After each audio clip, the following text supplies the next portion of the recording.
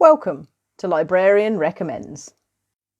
Hi, my name is Trish and I'm one of the librarians at Barbican Library, and in this video I'm going to bring you some suggestions of ebooks to read.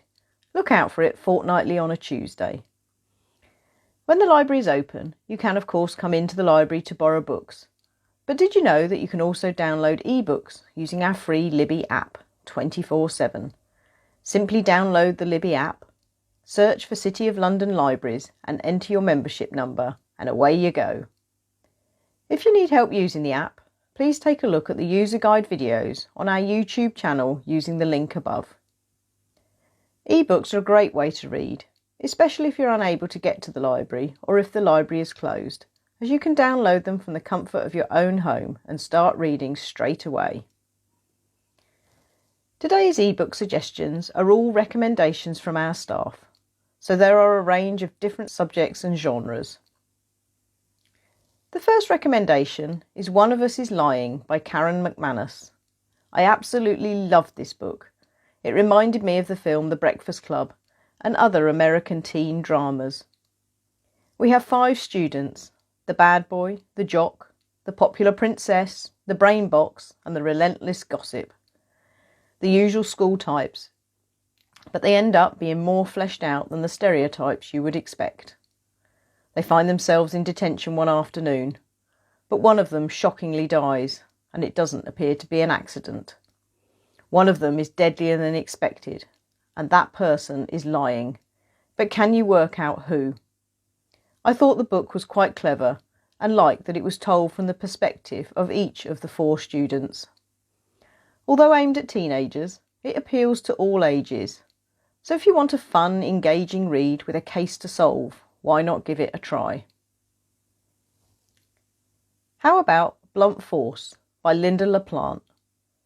In this book, we find the young detective Jane Tennyson, having been unceremoniously kicked off the flying squad, trying to make her way in a man's world in a small police station in affluent Knightsbridge. Dealing only with petty crime, she feels that her career in the Met is going nowhere. That is, until Jane discovers the most brutal murder that she has ever seen. That of Charlie Foxley, who has been beaten to death with a cricket bat and his body dismembered and worse. Foxley, a large-as-life and successful theatrical agent, had many powerful friends and as many enemies, and Jane soon finds herself trying to piece together the murder in the salacious world of the theatre and show business. Teamed up with an old friend, D.S. Spencer Gibbs, she seeks to find out who is the killer before they strike again. If you are a Jane Tennyson fan, you will soon find yourself walking alongside her throughout the book, like a colleague, and you will even begin to think like her. If you have not read her previous books, do not worry. The author leaves enough clues and comments for you to become acquainted, and like me, you will, I'm sure, thoroughly enjoy this book and want to go back and read previous stories. Next up is A Little Life by Hanya Yanagihara. This book tracks the lives and relationships of 4 men living in New York City as they grow from ambitious college kids into wealthy, successful adults, albeit adults who are still processing traumas from their youth. Set in an ambiguous time frame over several decades, this hefty novel, more than 800 pages, tackles some incredibly tricky subject areas, such as abuse, long-term trauma, and the difficulties of recovery, but manages to do so in a way that makes the reader really feel for and attach themselves emotionally to the characters, particularly the driving force of the group, Jude St. Francis, a man with a dark cloud over his childhood that follows him throughout his life. A hugely affecting read that will stay with you for years after you put it down.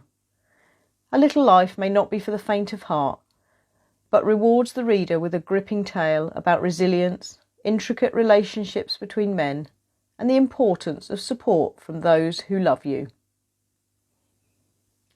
The final ebook recommendation is a lighter read and is called Sunshine at the Comfort Food Cafe by Debbie Johnson.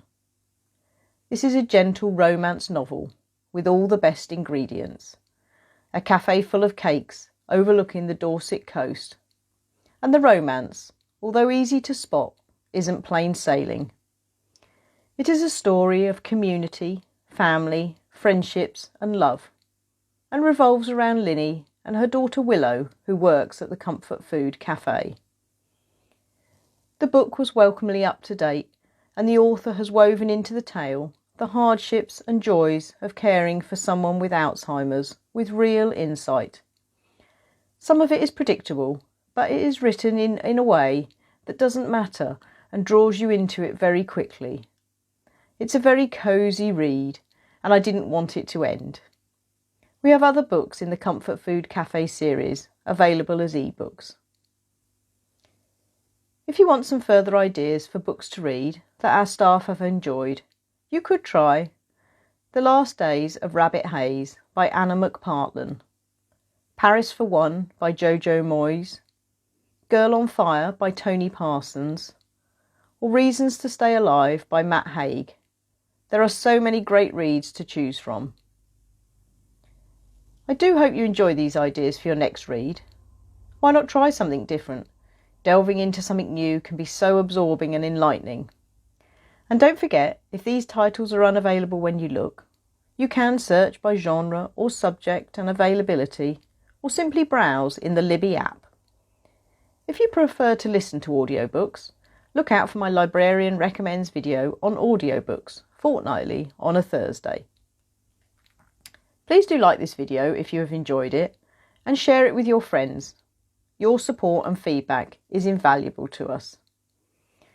Before I go, I would like to thank my colleagues for their invaluable help putting these recommendations together. Happy reading and see you soon. Bye!